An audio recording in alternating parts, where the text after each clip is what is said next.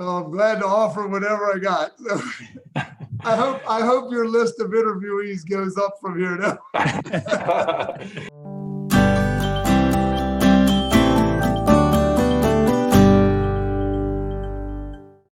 Well, welcome to the Greater Calling vlog. My name is David Edson. I'm the Strategic Partnership Director at Greater Calling. My co-host and colleagues today are Will Crooks, the Vice President of Strategic Partnerships, and Orion, whose last name I am going to ask him because I typically mess it up. So Smith. Just kidding. It's Netsonet. It's Netsonet. Netsonet. All right. That's right. And with us today, we have the extreme privilege to have George Warren with us. George Warren is the founder of Kingdom Investors, a group he started in 2002 to make a larger impact around the world, engaging businessmen and businesswomen. And since its inception, they've been able to raise over $3 million for worthy causes all over the world. I've known George since I was a rebellious teenager living at home.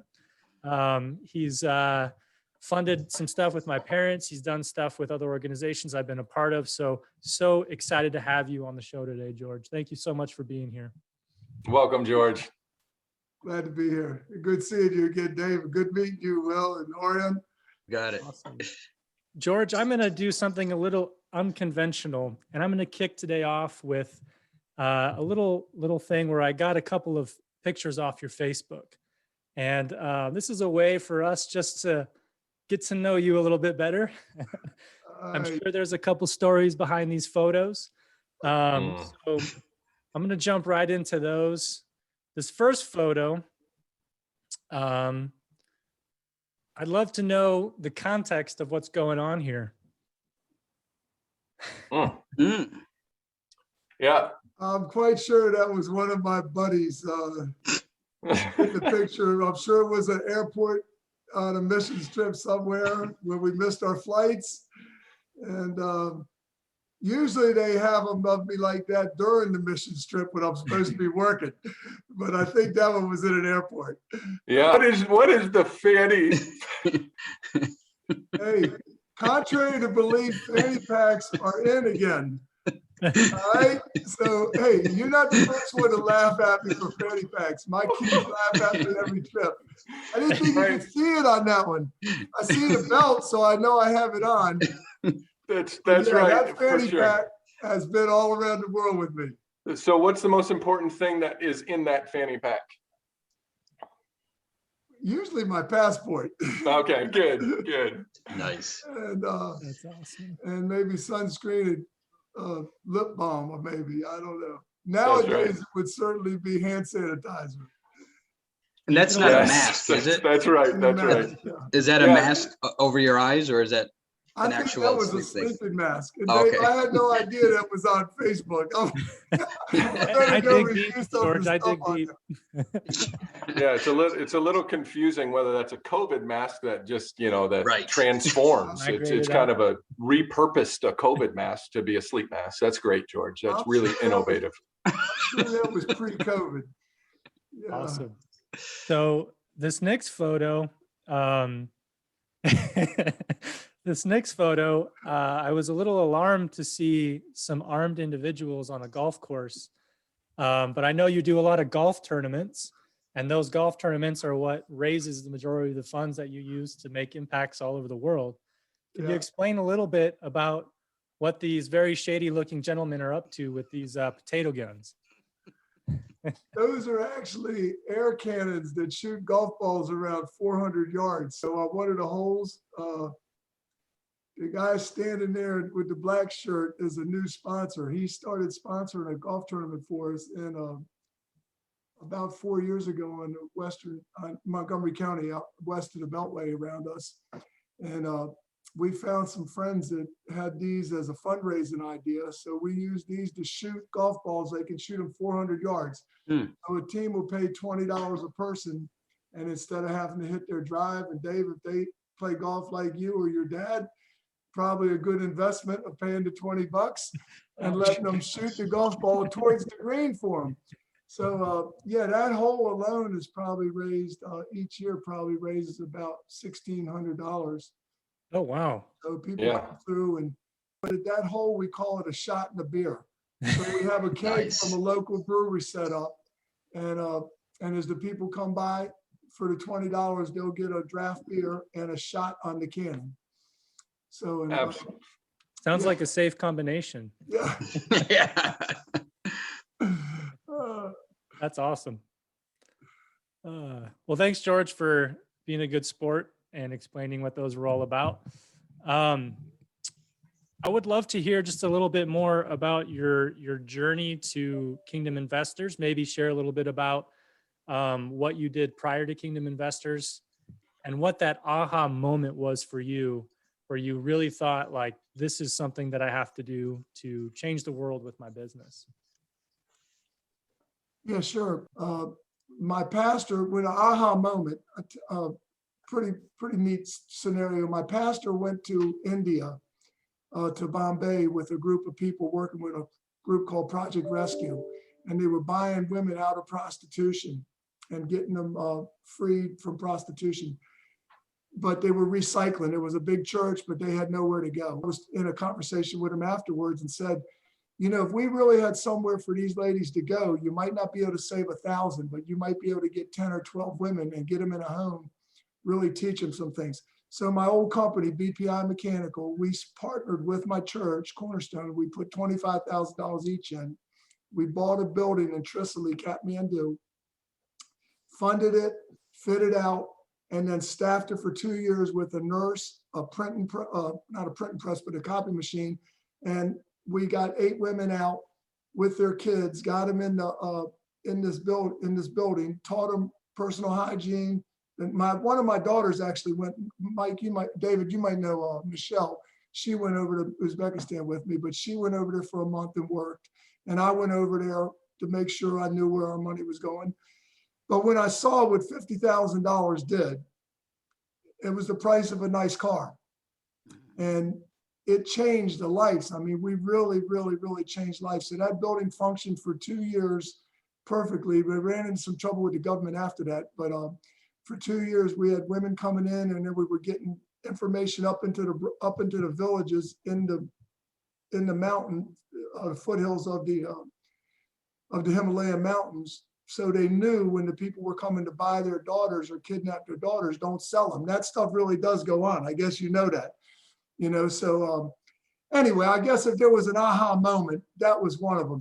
One of the things I did run into, a lot of the guys said, hey, what about the US? That was one of my major complaints. If you're looking for input on businesses, a lot of them said, what about the US? And I would try to explain to them at that point, I could get such a bigger bang for our buck overseas. The money would go so much farther. But we listened to them, and we started doing a ton of things in the US. We do children's feeding programs here. We do disaster relief programs all over the US. We work with Gigi's Playhouse, which is a local autism thing. We work with Teen Challenge a lot, a local drug rehab. So yeah, that's great, George. When you mentioned like businesses, they are focused on their communities. Just by being in a community, you know, they're helping to support and sustain communities. How do you answer that? Is, you know, we already do a lot local. Why would we even think global? How would you answer that? I think if you can get people to go global and see like one of them trips to Haiti, when I took business guys down there, when they saw the poverty walking the streets of Haiti, they understood that it was different than the poverty in the United States. When I can talk to them about kids not having fresh water to drink, you know, in places, they get that. Now, Dave, you remember I got those filters from you one year. I got a bunch of those water filters, and I take that to my tournament. I got a bucket of nasty, filthy water. I put that little $20 filter on the bucket, drain some water out the bottom. It comes out crystal clear. I drink it, and you know, the guys they just get the picture. So with that, the guys they're good with global. I mean, they're good with it. They just don't want to see us neglecting the United States. Well, George, as we start to wind down this very first episode of the Greater Calling vlog, I wanted to kick it over to Will and Orion to see if you guys have any final questions before I ask my last question. Yeah, George, you talk about moving from a check writer to a participant. Why is that important? You know, when you were asking about is accountability important and stuff like that, I think getting their hearts involved, like anybody can write a check and just send it out, and that's easy. But if you can get them involved in the process, either at a dinner at your house, sitting down with one of your people you're sponsoring, or these food packing events, or taking them on an information trip and letting their eyes see where once they change from being a check writer to being a partner, a family member, a partner, then you're not asking for donations no more. They're looking forward to the golf tournaments. They're looking forward to what projects. I mean, I get them calling me, hey, what are y'all doing this year? What are we doing? You're doing food packets. What are we doing? I just, that thing for Happy Horizons Children's Grants, I took a guy to a fundraiser with me in Florida. Just that one of my business guys, actually a general contractor, I took him, I said, hey, I'll pay your way. It's nothing. I just want to take you. I don't want to go by myself. And he went with me, and he got, you know, he's been a partner of Kingdom Investors for years, but he usually puts in $5,000, $6,000, $8,000 a year. He went with me to that and wrote me a check for 15 grand, said, here, put it towards your pledge. Mm-hmm. That's right. That was smart, George. That's what that was.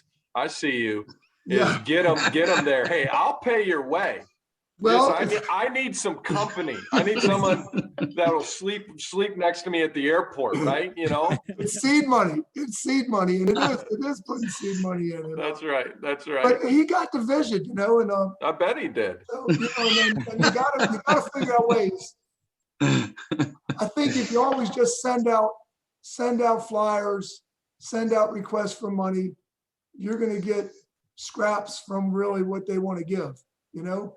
Yeah, but if you pay for their trip, George, that's what I'm saying. That is the nugget. That's the epiphany. Free trips for everyone.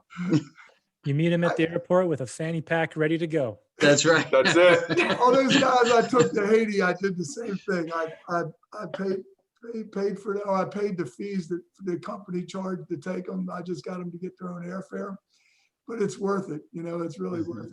It's a way to compound your money. It is. No, that's great. And build really rich relationships when you're there, for sure, George. Orion? Yeah, so these past 20 years with Kingdom Investors, you've done some major things globally and locally.